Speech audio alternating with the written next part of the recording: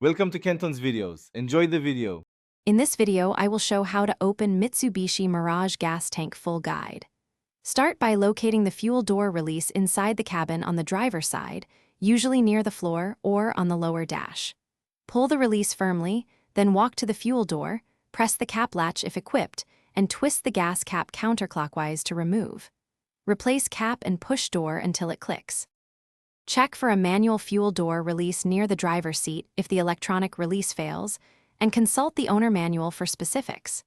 If the release is on the floor, clear debris and use a firm pull motion without jerking.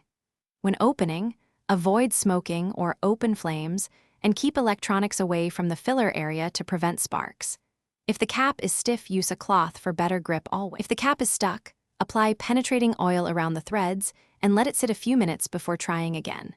For frozen doors in cold weather, warm the area with a hair dryer or warm water and avoid forceful prying. If the interior release is broken, access the cable housing behind the trim panel or seek professional help to avoid damaging the panel or fuel system.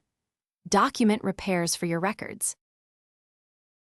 Thanks for watching. Consider subscribing if we helped you.